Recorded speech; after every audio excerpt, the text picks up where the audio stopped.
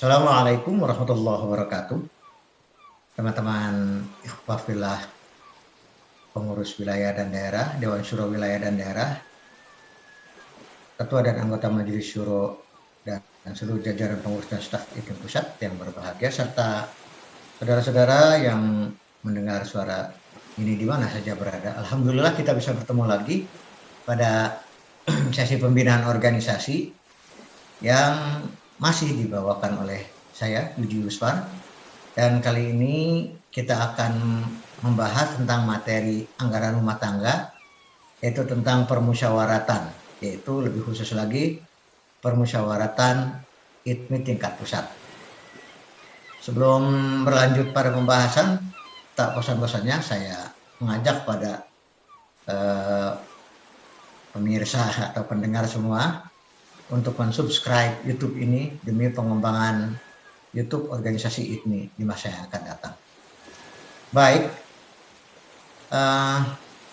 ya, di beberapa kesempatan saya sudah membahas tentang ini ya, permusyawaratan. Jadi permusyawaratan secara umum tentu tidak perlu saya bahas lagi, namun supaya ada korelasinya maka saya hanya akan menyambungkan permusyawaratan pertama menurut ADA, menurut Anggaran Dasar Ikatan Tunanetra Muslim Indonesia hasil Muktamar 1. Itu terdapat pada bab 7 pasal 14 sampai dengan 17. 14 sampai dengan 17. Jadi Muktamar permusyawaratan itu terdiri dari muktamar untuk tingkat pusat, musyawarah wilayah untuk tingkat provinsi, dan musyawarah daerah untuk tingkat kabupaten kota. Juga ada lagi dalam bentuk muzakaroh ya. Muzakaroh tingkat pusat, muzakaroh tingkat wilayah, muzakaroh tingkat daerah. Demikian pula ada raker ya. Raker IPMI pusat, raker IPMI wilayah, dan raker IPMI daerah. Dan juga ada rapat-rapat lain. Rapat-rapat lain itu selain musyawarah atau muktamar, selain muzakaroh nasional wilayah dan daerah, dan selain raker IPMI pusat wilayah dan daerah. Itu terdapat pada bab 7 yang akan disimak pasal 14 sampai dengan 17. Nah, selanjutnya tentu dalam permusyawaratan itu ada penataan. Ada tata laksana permusyawaratan, itu tercantum dalam pasal 1 Anggaran Rumah Tangga ayat 12. Pasal 1 Anggaran Rumah Tangga ayat 12. Di situ dikatakan tata laksana permusyawaratan adalah pengaturan pelaksanaan permusyawaratan ya, sesuai dengan jenjang tugas fungsinya masing-masing. Pasal 1 ayat 12 Anggaran Rumah Tangga. Nah, sekarang bagaimana tata laksana permusyawaratan tingkat pusat? Sebetulnya permusyawaratan secara umum dalam anggaran rumah tangga itu terdapat dibahas sama pada bab 7, tapi ayatnya dari ayat 61 sampai dengan 81. Ayat 61 sampai dengan 81. Yang tentu saja saya akan memberikan gambaran garis besarnya saja. Yang pertama, untuk muktamar ya. Muktamar adalah lembaga permusyawaratan IPMI tingkat pusat yang dilaksanakan 5 tahun sekali. Tugas dan kewenangannya muktamar itu ini dalam anggaran dasarnya adalah 1, menilai kinerja Majelis Syuro, kedua menilai kinerja pengurus pusat, ketiga menetapkan ada ART hasil penyusunan Majelis Syuro, menetapkan garis-garis besar haluan organisasi hasil penyusunan Majelis Syuro, lalu kemudian juga menetapkan ya, ketua daerah, ketua umum, menetapkan ketua umum, dan juga menetapkan Majelis Syuro atau penggantian Majelis Syuro. Itu pada anggaran dasar. Nah, sekarang pada anggaran rumah tangganya, bahwa muktamar itu anggotanya terdiri dari 1. Pengurus pusat, 2. Majelis syuro, 3. Putusan dari pengurus wilayah dan Dewan Syuro Wilayah. Selanjutnya, putusan dari lembaga-lembaga khusus di tingkat pusat. Selanjutnya juga ada peninjau, ya, panitia penyelenggara, badan khusus yang dibentuk oleh Majelis Syuro, dan al-hawari yang ditunjuk oleh panitia penyelenggara. Itu anggotanya segitu. Mengenai jumlahnya memang di sini tidak disebutkan. Artinya nanti kewenangan panitia penyelenggara untuk anggota jumlahnya, dan kewenangan Majelis Syuro untuk menetapkan jumlah badan kerja, ya. Nah, itu. Lalu siapa yang memprakarsai? Prakarsa dari muktamar adalah pengurus, dalam hal ini ketua umum dan Majelis Syuro. Ketua umum itu mengukuhkan atau menetapkan panitia penyelenggara. Panitia penyelenggara ini bekerja, ya, mempersiapkan dan menyelenggarakan muktamar. Ya, mengenai bagian-bagiannya disesuaikan dengan kebutuhan. Panitia ini berkewajiban melaporkan segala sesuatunya kepada ketua umum. Dan dalam masa 4 bulan, maka panitia ini dibubarkan setelah melaporkan semuanya kepada ketua umum.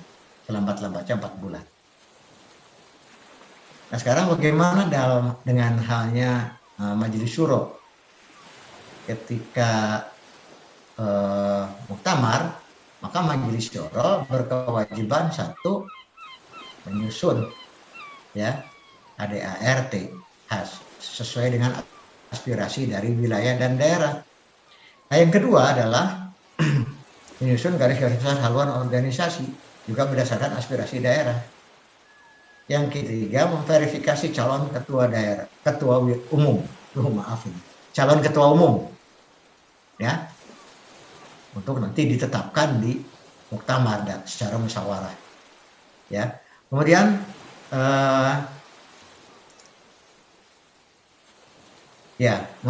memverifikasi calon ketua umum, dan juga untuk memudahkan tugas-tugas Majelis Syuro, maka Majelis Syuro dapat membentuk badan, ya, badan macam badan pekerja, ya. Jadi tidak ada lagi SC sekarang, tapi badan pekerja yang tugasnya membantu Majelis Syuro mempersiapkan materi. Materinya itu 1, tata tertib, diantaranya ADART, ya, garis-garis besar haluan organisasi, dan juga verifikasi calon ketua umum. Itu materi-materi yang harus diselesaikan baik oleh Majelis Syuro sendiri atau Majelis Syuro membentuk badan. Badan itu kemudian melaporkan hasil kerjanya, materi-materi muktamarnya itu kepada Majelis Syuro, ketua umum terpilih, dan panitia penyelenggara, lambat-lambatnya 4 bulan.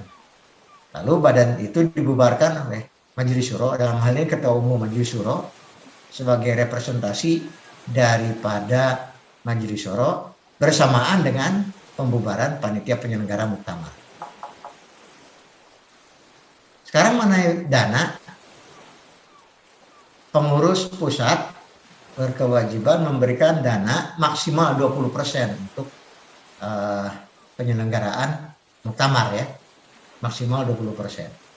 Segala utang piutang menjadi tanggung jawab organisasi, dan segala saldo dan laporan semuanya harus menjadi tanggung jawab organisasi. Itu nanti prosesnya pada muktamar pada penyelesaiannya. Jadi pada intinya yang dapat kita simpulkan adalah pada muktamar nanti yang bertindak sebagai SC dalam arti menyiapkan materi muktamar adalah majelis syuro, ya, majelis syuro yang juga dipilih dan dipilih berdasarkan aspirasi dari daerah dan wilayah dan ditetapkan oleh muktamar. Jadi tugas majelis syuro ini ya selain menyiapkan materi, ada RT, tata tertib, GPHO, memverifikasi calon ketua umum juga calon majelis syuro berikutnya. Nah, itu ya. Jadi situ. Nah, kalau dirasa majelis syuro mengalami kerepotan atau untuk lebih mengefektifkan kerjanya, maka majelis syuro dapat membentuk badan, ya apa badan kerja atau apa yang tugasnya membantu majelis syuro dalam menyiapkan materi muktamar. Dan kemudian anggota badan ini menjadi salah satu komponen pada muktamar. Nah,